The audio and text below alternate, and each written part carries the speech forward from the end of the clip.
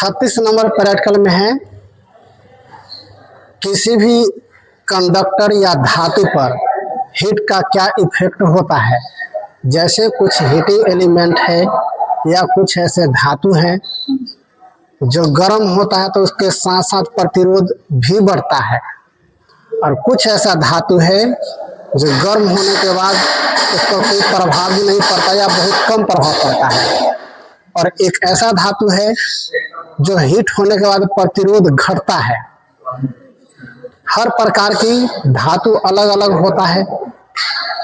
इस प्रैक्टिकल को करने के लिए सिलेबस में एक अलग प्रकार से दिया गया है। जैसे उसमें बताया गया है एक आयरन का कंडक्टर को ये कॉइल बनाना है। एक आयरन का कंडक्टर को कॉइल बनाना है, 12 वोल्ट का बैटरी लेना है, इसको वोल्ट मीटर यहाँ पैरेलल में जोड़कर इसको ऐसे यहाँ सप्लाई देना है। तो उसमें इस कंडक्टर में कितना वोल्टेज ड्रॉप होता है वो बताएगा। उसके बाद इस कैंडल से आप उसको जलाइएगा, यानी ऐसे यहाँ पे जलाइएगा तो हीट के कारण उसमें वोल्टेज ड्रॉप बढ़ जाएगा। तो यहाँ सिलेबस में ऐसा दिया गया है, लेकिन अभी हमने इसको करना चाहा। एक कॉइल है और हमने इसको सप्लाई देकर ऐसे इसमें वोल्ट मीटर जोड़ा, तो इसमें क्या हुआ कि ये 12 वोल्ट का बैटरी है, इतना छोटा कॉइल है, तो इसमें रेजिस्टेंस बहुत ही कम है, बहुत कम मतलब 1 से 2 ओम है। और इसको बैटरी के साथ जोड़ने पर एक प्रकार की शॉर्ट सर्किट होता है और इससे बहुत ही धारा प्रवाह होता है और यह तुरंत हीट हो जा रहा है। जब यह ऐसे ही हीट हो जा रहा है तो फिर कैंडल से अगर हम जलाते हैं तो इसका कोई प्रभाव नहीं पड़ेगा। या अगर इससे बड़ा सिलेबस में दिया है कि लगभग 0.5 मीटर लगभग इतना दूरी। अब इतना दूरी का हम कॉइल बनाएंगे और इसको हम कैंडल से ऐसे करके ये जलाएंगे, तो जहां जलाएंगे वहां हीट होगा, या थोड़ा बहुत यहाँ इतना दूर जाएगा, इतना दूर लगभग। तो इस स्थिति में पूरा पर हीट नहीं हो पाएगा और हमको हीटिंग इफेक्ट का रेजिस्टेंस या वोल्टेज ड्रॉप पता नहीं चल पाएगा। तो हमने इसको करने के लिए दूसरा तरीका अपनाया। दूसरा तरीका में ये है, जैसे ये है हमारे पास हीटर का ये एक एलिमेंट है, और इस एलिमेंट को ठंडा में कितना हीट होता है, मतलब इस एलिमेंट को ठंडा अवस्था में इसका प्रतिरोध नाप लेना है।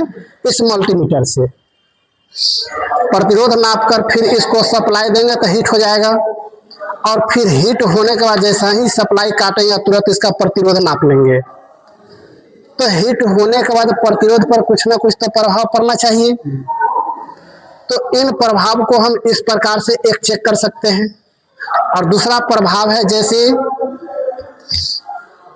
ये बल्ब है, इस बल्ब को पहले ठंडा अवस्था में इसका प्रतिरोध नाप लेना है। ये दोनों टर्मिनल पे या दोनों पॉइंट पे मल्टीमीटर से प्रतिरोध नाप लेंगे।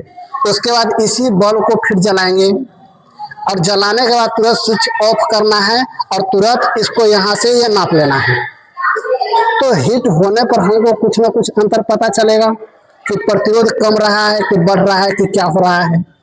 तो इस प्रकार से हम दो प्रकार से किसी भी तंतु का या किसी भी धातु का हीट का क्या इफेक्ट होता है, इन बातों को हम समझ पाएंगे। ठीक है, तो अभी क्या करना है, सबसे पहले इस मेथड को अपनाते हैं इस बल्ब का। उसके बाद फिर हम इसको हीटर से या हीटिंग एलिमेंट को ये करके देखेंगे कि क्या होता है। ठीक है,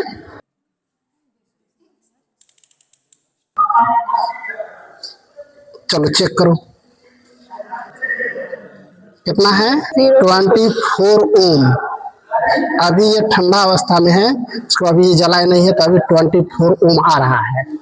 तो अब क्या करते हैं, इसको थोड़ी देर जलाते हैं और फिर इसका प्रतिरोध नापते हैं। इसके अंदर में टंगस्टन का धातु होता है, हर कोई जानता है, एक हीटिंग एलिमेंट है, और जब ये जलता है तो इसमें बल्ब को छूते हैं तो गर्म हो जाता है, मतलब यह हीट होता है। तो हीट होने के बाद इस पर क्या प्रभाव पड़ता है, कितना रेजिस्टेंस रहता है, इन चीज को देखते हैं। तो अभी क्या करते हैं, इसको पहले खोल लेते हैं, वहां से ऑफ करो। तो अभी नापो कितना प्रतिरोध है, ये लीजिए।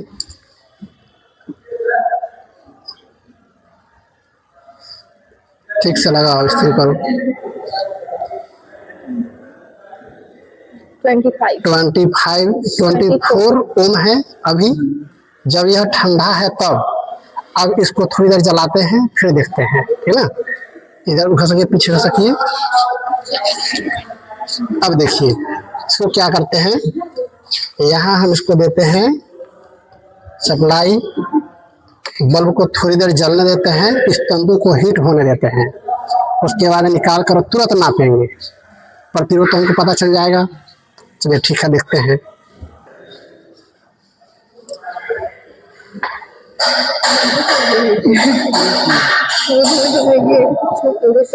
लाओ, निकालो तुरंत, इधर लाओ, वहां से यहाँ से पकड़ के लाइए। अरे तुरंत ऐसे निकाल के यहाँ दे देना, ठीक ना। हाँ ऐसे लाओ ना, निकालो, टाइम लग जाएगा वैसे। लाओ जल्दी खींचो। अब देखिए कितना प्रतिरोध है। अब देखिए कितना है, 33, 32, 31। धीरे धीरे घट रहा है। मतलब यह है कि यह एलिमेंट जैसे जैसे ठंडा हो रहा है, वैसे वैसे प्रतिरोध घट रहा है।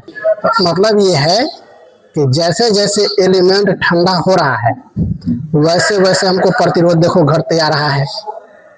इसका मतलब यह है कि जब यह एलिमेंट हीट होता है तो इसमें ज़्यादा रेजिस्टेंस बन जाता है, और यह ज़्यादा रेजिस्टेंस बनेगा तो वोल्टेज ड्रॉप भी ज़्यादा होगा।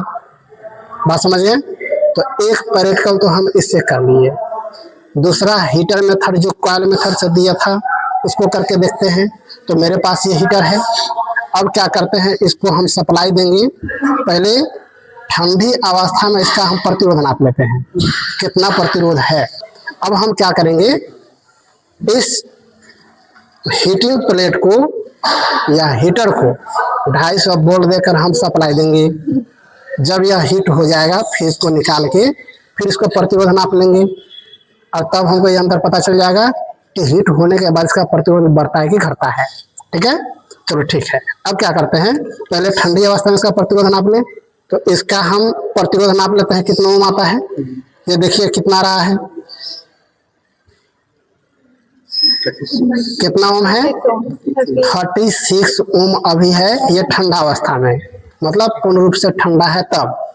अब इसको क्या करेंगे, सप्लाई देंगे, यह गर्म होगा, उसके बाद तुरंत निकालेंगे और तुरंत यहाँ प्रतिरोध नाप लेंगे। जैसे जैसे यह ठंडा होगा वैसे वैसे इसका प्रतिरोध घटते चले आएगा। ठीक है, चेक कर लें। चलो बढ़िया। अब ये क्या करते हैं,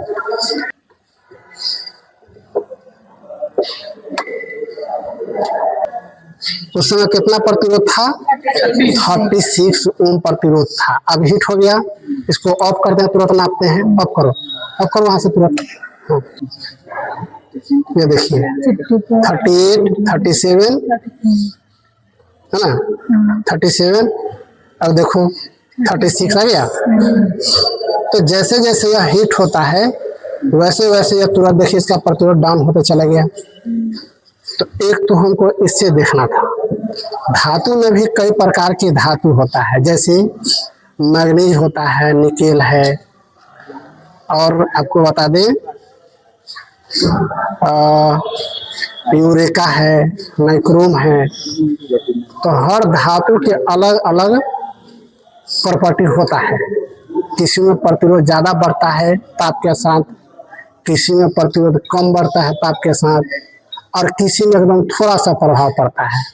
तो नाइक्रोम में अभी देखे कि एकदम थोड़ा सा प्रभाव पड़ा, उससे 3 ओम का हमको अंतर लगभग दिखा।